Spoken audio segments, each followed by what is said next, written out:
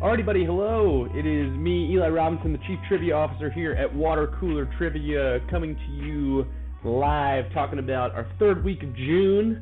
Had a really fun quiz this week. Go over some of the questions, some of the answers. A little bit of a teaser. I think we made our first kind of material error this week, which was something we were going to talk about. As usual, if you're interested in what we do here at Water Cooler, you can check us out at watercoolertrivia.com. You can check me out on TikTok at Chief Trivia Officer and various other social media platforms. And we have a 4-week free trial with no credit card. So if you're interested in bringing trivia to your organization on a weekly basis for a very affordable low price and have a lot of fun, you should check us out. So let's talk about the quiz as a whole this week. 1,655 users. We've started porting over a higher percentage of our legacy users over to the weekly quiz. You'll see even more next week when we do this, but up to 1,655 users. An average of 7.2, a little bit, lower than last week. Totally fine as far as like where we would want the average to be. The median's back down to 7. I believe we've got a median of 7 every week except for last week, in which we had a median of 8. 7 is basically where we want to be. As you guys can see in this graph, you see like a big, fat, vast majority of people between 7 and 9, which is really where we want to be. Just short of 10% of people with a perfect score, which was something that was achievable this week. And then as you head down, very content with the fact of what this curve ultimately looks like. So I think all in all, a good quiz level week for us.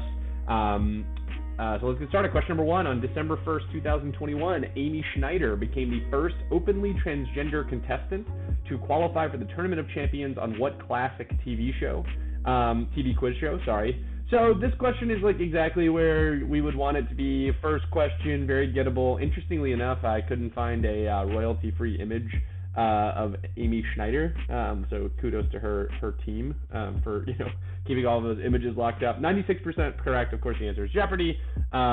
Ultimately, where we want to be. Really enjoyed the attempts to spell Jeopardy. I guess that I've watched enough of it through the years that I just thought everybody knew how to spell it. But lots of G's, lots of really the first 3 letters, and there's like a party. Anyway, I thought you guys might appreciate that. This is an interesting situation where, rearranging the question can be very difficult. So if instead of the answer being Jeopardy, you can imagine what if the answer was Amy Schneider, right? So it's like on December 21st, Jeopardy had its first openly transgender contestant to qualify for the Tournament of Champions on what classic, what was her name? Then Amy Schneider would be like a pretty hard thing. But by like making the answer Jeopardy, you ultimately kind of have a nice on-ramp for people for this week. All right, I alluded to this when we first started, but kind of had our first accidental misclue. So here's the way that the question read.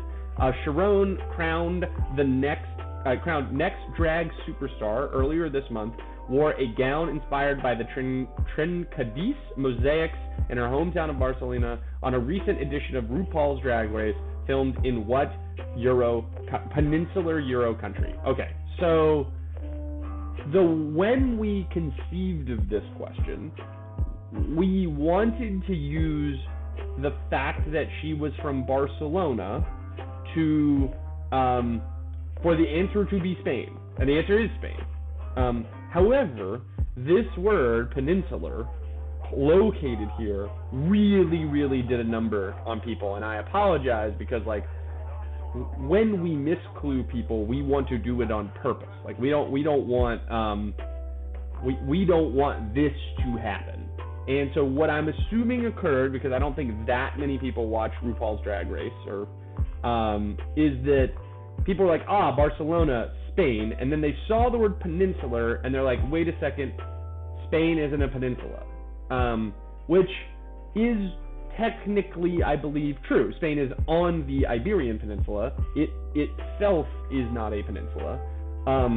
So I believe by definition it's a peninsular European country. However, so many people put Italy, like lots and lots of people put Italy, to the point that it drove the percent correct all the way down to 55, which we put this question at the top because we expected this to have a 95% plus correct rate, and it had a 55% correct rate.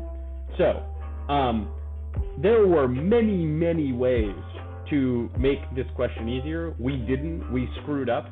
Like I said, if we want to do misdirection, which we will do on occasion, we want to do it on purpose. This was an example of accidental misdirection, where we use the word peninsular, and people were like, Spain's not a peninsula, it must be Italy.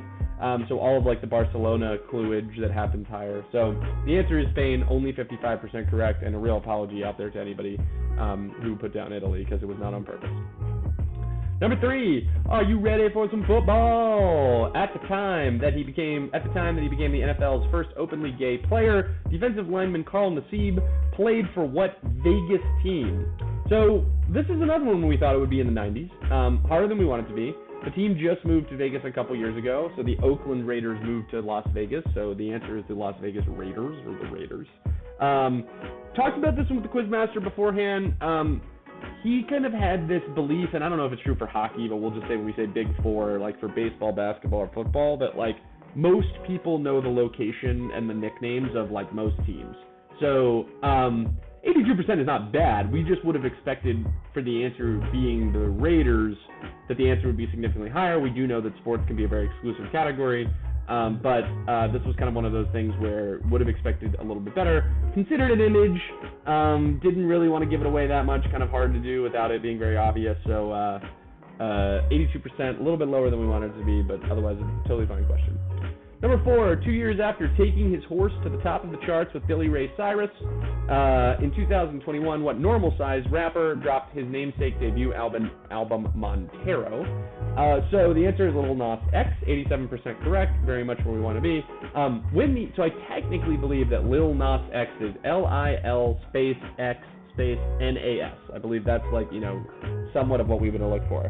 We had so many different spellings of this that like, I don't even know if we can write another question for which Lil Nas X would be the answer given what it does to the grading. I will shout out specifically that that one way you theoretically could abbreviate his name or his rapper name, I believe his real name is Montero Hill, is Nas. So like, if you just put Nas, unfortunately Nas is the name of another rapper. So like, while spiritually, I think if you put Nas, that's fine, and like you probably put Nas thinking of Lil Nas X, but we can't give credit for Nas because ultimately that is somebody else. Question number 5. Laverne Cox became Time Magazine's first transgender cover person in 2014 after sporting a bright jumpsuit as Sophia Bursette on what Netflix prison drama? So this one ended up being like incredibly easy. 96% correct, very, very cool.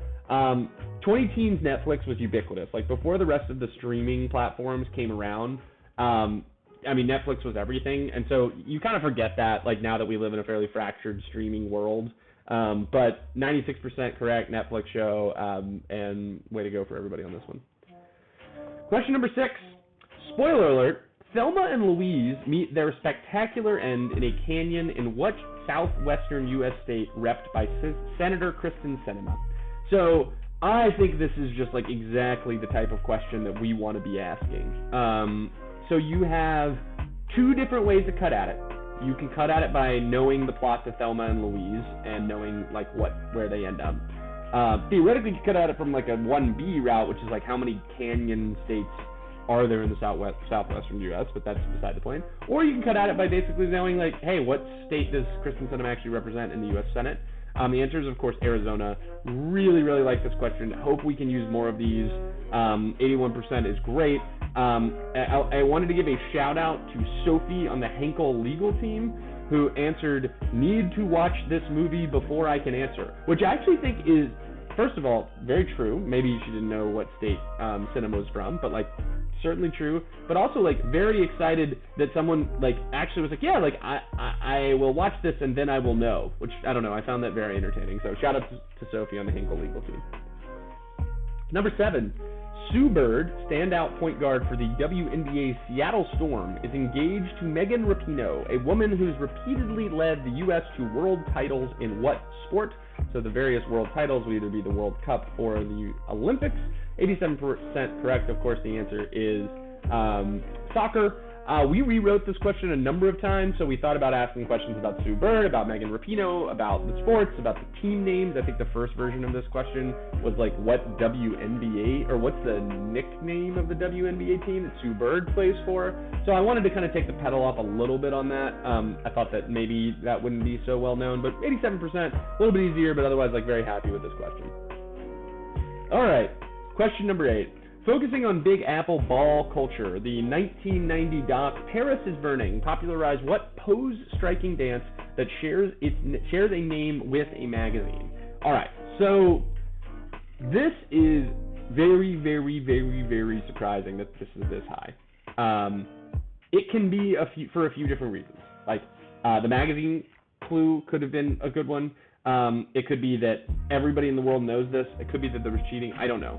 So when I'm testing, quote unquote, the difficulty of questions, use a variety of different kind of mechanisms psychologically to do it. The simplest one is something you may just call the Eli test, which is quite simply like, do I know the answer to the question? Not only did I not know the answer to this question, but I actually felt like I had never even remotely heard of this documentary, of the dance. So I was like, oh, this is a good question number 8, because as you get down to the end, like, people aren't going to know. So the fact that 88% of people knew this was like very, very surprising. Clearly, I have some reading to do, or perhaps going to watch this documentary. But when we think about how to test difficulty moving forward, it's something for us to keep in mind that like the Eli test isn't the only good way to do it. Obviously, I don't know the answer to everything, but this was one where I was like, hey, if I don't know it, like a whole bunch of people don't know it, but very, very impressive. The answer, of course, Vogue or voguing. Number 9, code since the 1940s for gay men to safely identify each other. The phrase "friend of Dorothy" has its roots in a fictional kingdom first described in a 1900 children's book by what man? So that would be L. Frank Baum. I believe L stands for Lyman. So when we were going over the full quiz, the quizmaster was kind of like, hey, like, I think we need a hard one. I think the first answer to this might have been Wizard of Oz, I think, in the way that we did it. So we kind of knew that like the world generally doesn't know who L. Frank Baum is. So we went with him as the answer. And we were it kind of paid off, like at 41% correct. Like that's like excellent. So we added this. Lewis Carroll was a very, very popular wrong guess. 41 is like kind of where we would want to see this. So pretty happy with everything, then the way that this question ended up. And then question number 10, opened in 1967 in New York City's West Village. What bar was the site of the June 28, 1969 uprising? There's the reason that pride parades are typically held on the last weekend of June, so 63% correct. I was actually down there recently. It is the Stonewall Inn down by the Christopher Street stop in the West Village of New York City. 63% correct. It's a you know it or you don't. Like, you can't intuit it, and we saw this based on, like, a lot of the wrong answers that were out there. I really like that someone who answered, like, wow, I feel like I know so much about LGBTQ trivia from this trivia, which is cool. Like, ultimately we do a little bit of educating around here to go along with quizzing. So really, really happy that whoever this person was, like, really enjoyed that. 63% correct. Stonewall Inn, it's quite possible you have been privy to a Pride celebration this month, no matter where you may be. So if you are, I hope you've really enjoyed it. Just looking at the statistics one more time, like I said, the average is 7.2, a median is 7. Very happy with this week's quiz. Topical, relevant, and ultimately thought it was approachable and did what we want to. Like I said, my name is Eli Robinson. I'm the Chief Trivia Officer here at Water Cooler Trivia. You can check us out at watercoolertrivia.com. Check me out on TikTok, the Chief Trivia Officer. And if you have any questions, comments, or want to talk trivia, you know where to find us. Until next time, catch you later.